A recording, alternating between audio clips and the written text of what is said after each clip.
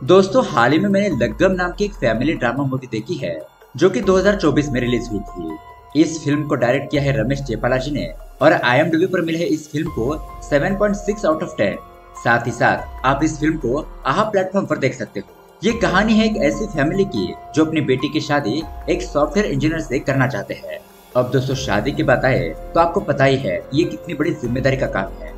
और अगर हर लड़की वालों को सिर्फ IT में काम करने वाले लड़कों को ही दामाद बनाना है तो बाकी लड़कों का क्या होगा?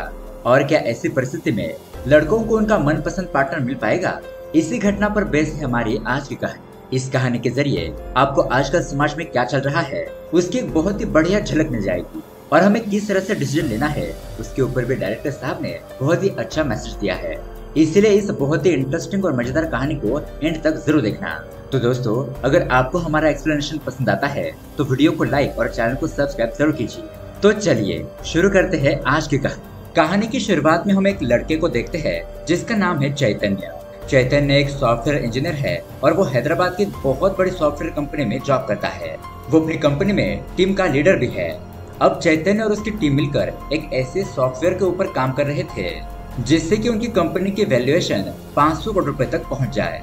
अब यहाँ पर चैतन्य मीटिंग में होता है तभी उसे उसकी मामा सदम्मा का कॉल आता है। वो चैतन्य को बताता है कि मैं हैदराबाद में आ गया हूँ और तुम्हारे घर के बाहर ही खड़ा हूँ। तो चैतन्य भी फटाफट से अपना काम खत्म करके घर पर आ जाता है। वो अपने मामा से मिलता है और वो दोनों ही घर के अंदर आ जाते हैं। चैतन्य जैसे ही घर के अंदर एंटर करता है तो वो पहली ताली बजाता है जिससे कि उसके पूरे घर की लाइट ऑन हो जाती है। फिर वो 2 बार ताली बजाता है तो घर का फैन ऑन हो जाता है। फिर ये दोनों बैठकर बहुत ज्यादा बातें करते हैं। अब यहाँ पर सदन्ना उसकी सैलरी और काम के बारे में पूछता है तो चैतन्य अपने मामा को बताता है कि मामा सैलरी बहुत ही बढ़िया है, 2 लाख पर महीना और हफ्ते में सिर्फ 5 दिन ही काम करना है, 2 दिन छुट्टी। यहाँ पर मेरी पूरी लाइफ सेट है मामा। उसके बाद वो सदम्मा को लेकर एक पार्टी में चला जाता है और यहाँ पर सदम्मा भी बहुत ज्यादा खुश होकर एंजॉय करने लगता है। और ये सब कुछ होने के बाद वो अपने गाँव वापस आ जाता है। लेकिन दोस्तों सॉफ्टवेयर इंजीनियर की लाइफ देखकर वो बहुत ज्यादा इम्प्रेस हो चुका था। वो तुरंत ही अपनी बहन यानी कि चैतन्य की माँ सुमना को कॉल करता है और उससे चैतन्य की शादी अपनी बेटी मानसा से करने के लिए कहता है। सुमना भी ये बात सुनकर बहुत ज्यादा खुश हो जाती है और तुरंत ही शादी के लिए हाँ भी कह देती है। फिर उसके बाद वो अपने बेटे चैतन्य को कॉल करती है और उसे बताती है कि बेटा हमने तुम्हारी शादी मनसा के साथ तय कर दी है तो इसलिए तुम छुट्टी लेकर जल्दी से घर पर आ जाओ।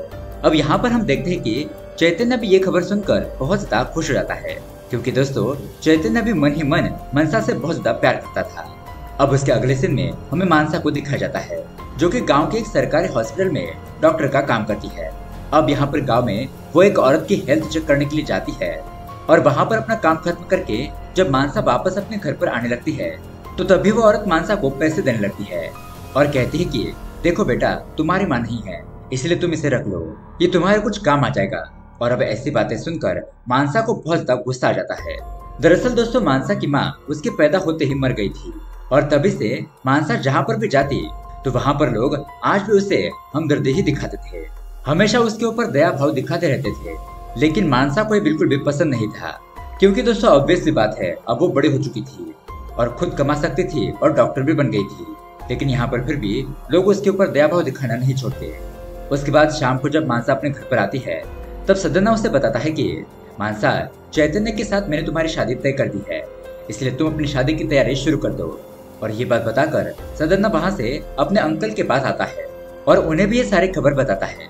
तब वो अंकल सदन्ना से कहता है कि क्या तुमने मनसा से पूछा कि वो शादी करना चाहती है या नहीं?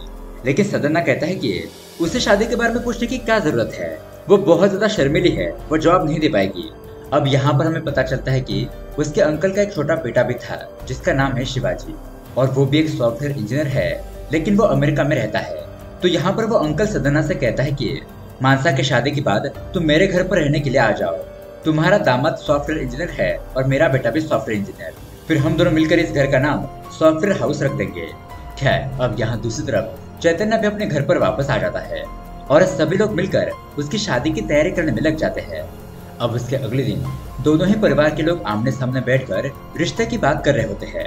तब यहाँ पर चैतन्य के अंकल कहते हैं कि हमें दहेज में 50 लाख रुपए का सामान, 3 किलो का सोना और 10 किलो की चांदी चाहिए। अगर ये मिलेगा तभी हम ये शादी करेंगे वरना नहीं। और अब यहाँ पर दहेज की बात सुनते ही सदन्ना का चेहरा ही उदास हो जाता है क्योंकि वो दहेज देना नहीं चाहता था। तभी यहाँ पर सुमन्ना ने बचपन से अपनी बेटी की तरह ही मानसा का ख्याल रखा था, इसलिए वो दहेज के मामले की बात को संभाल लेती है और बिना दहेज के अपने बेटे की शादी मानसा से करने के लिए मान जाती है। वो ये भी कहती है कि हमें शादी किसी मैरिज हॉल में नहीं बल्कि हमारे घर पर ही बड़े ही धूमधाम से करेंगे। तो फिर क्या था, उसके बाद सारे रीति रिवाजों के साथ शादी की तैयारियां शुरू हो जाती है। दोनों ही घर की तरफ से कार्ड छप जाते हैं और वो उन कार्ड्स को रिश्तेदारों को बांटना शुरू कर देते हैं। यहाँ पर मामा अपने पूरे गांव को शादी में इनवाइट करता है और यहाँ इधर चैतन्य अपने दोस्त शिवाजी को कॉल करता है और शिवाजी अमेरिका में एक क्लाइंट के साथ मीटिंग में था। यहाँ पर चैतन्य शिवाजी को अपने शादी में इनवाइट करता है, लेकिन शिवाजी उससे ज्यादा बात नहीं कर पाता और हाँ नहीं ऐसा कहते हुए उसका फोन कट कर देता है। यहाँ चैतन्य की माँ सुमना भी अपने सारे रिश्तेदारों को कॉल करके शादी की बात बता देती है और सभी लोगों को शादी के एक हफ्ते पहले ही आने के लिए कहती है। अब चैतन्य की शादी में उसका बचपन का एक फ्रेंड उससे मिलने के लिए आता है और अब इसी तरह से वो लोगों की शादियों में वीडियोग्राफी का काम करता था। तो ये बात पता चलने पर चैतन्य उसे अपनी भी शादी का फोटोग्राफी और वीडियोग्राफी का काम दे देता है।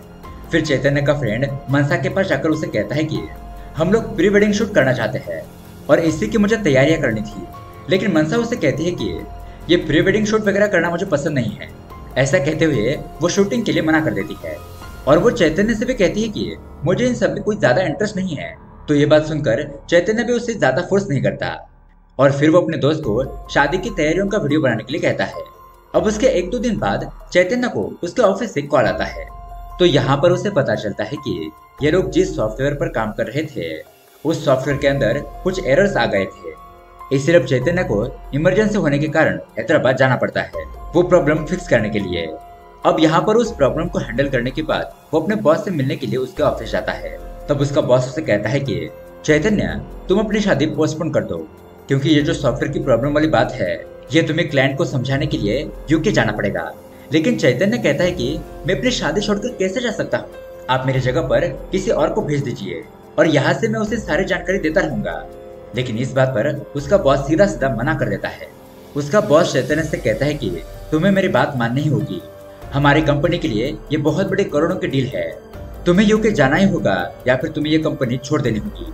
तो अपने बॉस के मुंह से ऐसी बातें सुनकर चैतन्य को बहुत ज्यादा बुरा लगता है, उसे बहुत ज्यादा गुस्सा भी आता है और इसलिए वो अपनी नौकरी को भी छोड़ देता है। वो अपनी जॉब को छोड़कर घर पर वापस आ जाता है। घर पर आने के बाद वो सबसे पहले अपनी माँ को इसके बारे में बताता है कि माँ मैंने अपनी जॉब को छोड़ दिया है। खैर अब उसके अगले दिन हम देखते हैं दोनों ही फैमिली के लोग साथ मिलकर शॉपिंग करने के लिए जाते हैं। तो यहाँ पर सुगमा अपनी बहू मानसा के लिए साड़ियाँ देख रही होती है। तो उसमें से मानसा को एक साड़ी बहुत ही अच्छी लग रही थी, लेकिन सुमन्ना उसे कहती है कि तुम रहने दो, तुम नहीं जानती कि तुम्हारे ऊपर कौन सा कलर जचेगा, तुम्हारे ऊपर कौन सी साड़ी अच्छी लगेगी ये मुझे पता है। वो मानसा को दूसरी साड़ियाँ देखने के लिए कहती है, लेकिन इस घटना से मानसा को बहुत ज्यादा बुरा लगता है, लेकिन वो भी बिना कुछ बोले चुपचाप वहाँ से चली जाती है। अब मानसा का मामा तिरुपति भी इस शादी में आया हुआ था। रात में गांव का एक आदमी उसके पास आता है और वो तिरुपति को बताता है कि क्या तुम ये बात जानते हो, चैतन्य ने अपनी जॉब छोड़ दी है और चैतन्य गांव में ही रहकर खेती करना चाहता है। अब तिरुपति जैसे ये खबर सुनता है उसका पूरा नशा ही उतर जाता है। वो यहाँ से तुरंत ही सदना के पास जाता है और उसे कहता है कि तुम सॉफ्टवेयर इंजीनियर से मनसा की शादी करना चाहते थे ना, लेकिन चैतन्य ने तो अपनी जॉब छोड़ दी है और अब वो गांव में ही रहकर खेती करना चाहता है। अब ये बात सुनकर सदना के पैरों तले जमीन खिसक जाती है। उसे लगता है कि सुमना ने जानबूझकर उससे बात छुपाई होगी और इसलिए वो ये शादी रुकवाने का फैसला करता है। लेकिन वो ये भी नहीं चाहता था कि सुगमा को इस बात का पता चले कि मैंने ये शादी रुकवाई है। अब यहाँ इधर अगली शाम को बारात निकलने का टाइम हो जाता है। दोनों ही परिवारों को एक साथ मिलकर मंदिर जाना था और उनकी शादी मंदिर में ही होने वाली थी। यहाँ पर मानसा भी चैतन्य के साथ जाने के लिए तैयार बैठी होती है, लेकिन सदमा तो अभी भी अपने घर पर ही था। यहाँ सुमना उसे बार बार फोन करती है, लेकिन वो अपना फोन नहीं उठा था। यहाँ पर मुहूर्त का टाइम निकला जा रहा था और आखिरकार उसे बिना बताए ही सभी लोग मंदिर की तरफ जाने लगते हैं। अपने अपनी गाड़ी में बैठ जाते हैं, डीजे शुरू हो जाता है। लेकिन तभी यहाँ पर मनसा के गांव के कुछ लड़के डीजे के सामने आकर बहुत ज्यादा नाचने लगते हैं। यहाँ पर हंगामा खड़ा करने लगते हैं। अब ये सब कुछ देखकर चैतन्य को गुस्सा आता है और वो अपनी गाड़ी से नीचे उतर जाता है। फिर वो उन लड़कों की जमकर पिटाई करता है। तो ये देखकर मानसा के गांव वाले भी भड़क जाते हैं और इस तरह से ये शादी यहाँ पर रुक जाती है। अब उसके अगले दिन हम देखते हैं कि चैतन्य ने जिन लड़कों को मारा था उन लड़कों के पास सदन आता है और कहता है कि चाहे जो भी हो जाए चैतन्य जितनी भी मिन्नतें करे लेकिन तुम लोग इस शादी के लिए हाँ मत करना। और दरअसल दोस्तों शॉकिंग बात तो ये थी कि शादी रुकवाने के लिए सदन्ना ने ये प्लान बनाया था। मतलब कि इन लड़कों को डीजे के सामने नाचते हुए हंगामा खड़ा करने के लिए कहा था। सदन्ना को लग रहा था कि वो अपने प्लान में कामयाब हो चुका है, उसने अपने बेटे की शादी रुकवा दी है। लेकिन दोस्तों ये तो बस उसकी गलतफहमी थी, क्योंकि यहाँ दूसरी तरफ खुद चैतन्य ने ही शादी को रुकवाया था। जी हाँ दोस्तों, चैतन्य ने ही शादी रुकवाने के लिए उन लड़कों को पीटा था। दरअसल दोस्तों तैयार होने से पहले सुगन्ना ने मानसा को पहनने के लिए गहने भेजे थे, तो मानसा उन गहनों को फेंक देती है। चैतन्य का वो फ्रेंड जो उसकी शादी में वीडियोग्राफी कर रहा था वो ये सब कुछ रिकॉर्ड कर लेता है। असल में यहाँ पर मानसा को लग रहा था कि उसकी माँ नहीं है, इसलिए चैतन्य की फैमिली उसके लिए बहुत ज्यादा हमदर्दी दिखा रही है। ये शादी उसके ऊपर दया दिखाने के लिए की जा रही है। उससे ऐसा लग रहा था कि ये लोग चैतन्य की शादी उसके साथ करके उसके ऊपर कोई बहुत बड़ा एहसान कर रहे हैं। और वो वीडियो देखने के बाद चैतन्य को भी समझ में आ जाता है कि मानसा इस शादी से खुश नहीं है और इसलिए चैतन्य इस शादी में झगड़ा करके इस शादी को रुकवा देता है। खैर अब यहाँ पर गांव वाले मिलकर फैसला करते हैं कि जब तक चैतन्य माफी नहीं मांग लेता तब तक ये शादी नहीं होगी। लेकिन यहाँ पर चैतन्य माफी मांगने से साफ साफ इनकार कर देता है। वो अपनी माँ को भी मनसा का वीडियो दिखाता है और उससे बताता है कि हम मानसा के लिए जो भी करते हैं मानसा को यही लगता है कि ये उसके लिए प्यार नहीं बल्कि उसके लिए हमदर्दी है। चैतन्य की माँ जब ये बात सुनती है तो उसे बहुत ज्यादा दुख होता है, क्योंकि बचपन से लेकर आज तक सुगन्ना ने मानसा का बहुत ही प्यार से ख्याल रखा था। लेकिन अब वो खुद ही अपने भाई सदम्मा को कॉल करती है और उसे मिलने के लिए अपने घर पर बुलाती है। अगले ही दिन सदन्ना उसके घर पर पहुंच जाता है। तब सुगन्ना उसे ये शादी करने के लिए इनकार कर देती है। और दोस्तों सदन्ना तो बस यही चाहता था। और अब उसके बाद सदन्ना अपने बेटे के लिए एक नया सॉफ्टवेयर लड़का ढूंढने के लिए निकल जाता है। यहाँ इस तरफ हम देखते हैं चैतन्य बड़े ही खुशी के साथ अपनी खेती में काम करने लगता है और वहाँ मनसा भी अपनी डॉक्टर की ड्यूटी ज्वाइन कर लेती है। ऐसे ही कुछ दिन बीत जाते हैं और मनसा किसी सेमिनार को अटेंड करने के लिए जाती है। यहाँ पर एक हेल्थ ऑफिसर इस सेमिनार का चीफ गेस्ट होता है और वो अपनी स्पीच में कहता है कि डॉक्टर को अपना काम सैलरी देखकर नहीं करना चाहिए, क्योंकि अगर हम ही लोग सैलरी देखकर काम करेंगे तो मरीजों के साथ हमारा रिश्ता नहीं बन पाएगा। लेकिन अगर हम प्यार से मरीजों का ख्याल रखेंगे तो मरीज लोग हमसे इमोशनली कनेक्ट हो जाएंगे, जिसका फायदा ये होगा कि उन्हें जल्दी से ठीक होने में मदद मिलेगी। और अब वो यहाँ पर उन लोगों को एक कहानी सुनाता है जिसमें वो प्यार से किए गए काम और दया दिखाते हुए किए गए काम, इन दोनों ही कामों के बीच का फर्क समझाता है। और यहाँ पर पूरी कहानी सुनने के बाद मनसा को समझ में आ जाता है कि अब तक चैतन्य की फैमिली जो उसके साथ कर रही थी वो कोई ऐसा नहीं बल्कि प्यार था। जैसे उसे अपनी गलती का एहसास होता है वो रोने लगती है। वो तुरंत ही खेतों में चैतन्य से मिलने के लिए चली जाती है। वो चैतन्य से पूछती है कि तुमने शादी से इनकार क्यों किया, तो चैतन्य भी उसे वो वीडियो दिखा देता है और उस वीडियो को देखकर मानसा और भी ज्यादा रोने लगती है। तो यहाँ पर उस दिन के लिए मानसा अपनी गलती मान लेती है और फिर से चैतन्य के साथ शादी करने के लिए उसे प्रपोज कर देती है। अब चैतन्य भी सब कुछ भूलकर उसे अपने गले से लगाता है और कहता है कि तुम चिंता मत करो, मैं सब कुछ संभालूंगा। उसके अगले दिन चैतन्य अपने खेतों में ही काम कर रहा था और यहाँ इधर उसके मामा सदन्ना के ऊपर सॉफ्टवेयर इंजीनियर लड़का ढूंढने का भूत सवार था। वो चैतन्य को खेतों में काम करता हुआ देखता है और उसे चिढ़ाने लगता है कि अच्छी खासी नौकरी छोड़कर तुम यहाँ पर मजदूरी का काम कर रहे हो। इस तरह से ताने मारते हुए वो वहाँ से चला जाता है। तब चैतन्य का एक दोस्त उसे पूछता है कि चैतन्य आखिरकार तुम ये नौकरी छोड़कर खेती में काम क्यों कर रहे हो। तो दोस्तों यहाँ पर चैतन्य उसे अपनी नौकरी छोड़ने का असली कारण बताता है। दरअसल शादी टूटने के एक दिन पहले चैतन्य सदन्ना के अंकल के घर पर इनविटेशन कार्ड देने के लिए जाता है। तब वो अंकल वहाँ पर बहुत ज्यादा उदास होते हैं और पूछने पर बताते हैं कि उसका बेटा शिवाजी बहुत ही मुश्किल से 6 महीने बाद उसे एक बार कॉल करता है। यहाँ बुढ़ापे के दौर पर ये अंकल अपने घर पर अकेले थे। वो अपनी सेहत का ख्याल भी नहीं रख सकते थे। यहाँ पर उनकी मदद करने के लिए उनका कोई अपना चाहिए था, लेकिन उनके पास तो उनका कोई भी अपना मौजूद नहीं था। और इसी घटना को देखकर चैतन्य ने अपनी नौकरी छोड़ने का फैसला किया था, क्योंकि वो अपने माँ बाप को ऐसे बुढ़ापे में अकेला नहीं छोड़ना चाहता था। खैर अब उसके बाद ऐसे ही कुछ दिन बीत जाते हैं और एक दिन उस अंकल को हार्ट अटैक आ जाता है। फिर सदन्ना और सुगन्ना वो दोनों ही अंकल को लेकर हॉस्पिटल पहुंच जाते हैं। उनकी तबीयत बहुत ज्यादा खराब हो चुकी थी और सदन्ना यहाँ पर अमेरिका में गए उसके बेटे शिवाजी को कॉल करता है। तो उस वक्त भी शिवाजी अपने काम में बहुत ज्यादा बिजी था। सदन्ना उसे कहता है कि तुम्हारे पिताजी की हालत बहुत ज्यादा क्रिटिकल है, उनके साथ यहाँ पर कुछ भी हो सकता है, इसलिए तुम यहाँ पर तुरंत ही आ जाओ। लेकिन शिवाजी सदन्ना से कहता है कि चाचा जी मैं आपको जितने पैसे चाहिए उतने भेज दूंगा, प्लीज आप ही वहाँ पर सब कुछ संभाल लीजिए, मैं वहाँ पर नहीं आ सकता, आप मेरे पिताजी का इलाज करवा दीजिए। लेकिन दोस्तों यहाँ पर कुछ ही घंटों बाद उस अंकल जी की मौत हो जाती है। सदन्ना एक बार फिर से शिवाजी को कॉल करता है और बताता है कि तुम्हारे पिताजी की मौत हो गई है, अब तो यहाँ पर आ जाओ। लेकिन शिवाजी कहता है कि हमारे सॉफ्टवेयर इंडस्ट्री में बहुत बड़ा लॉस हो रहा है और अगर मैं घर पर आ गया तो मेरी नौकरी चली जाएगी। मैं वहाँ पर नहीं आ सकता। आप मेरे पिताजी के अंतिम संस्कार कर दीजिए। मैं आपको जितने पैसे चाहिए उतने भेज दूंगा। और अब ये बात सुनकर सदन्ना को बहुत ज्यादा गुस्सा आ जाता है।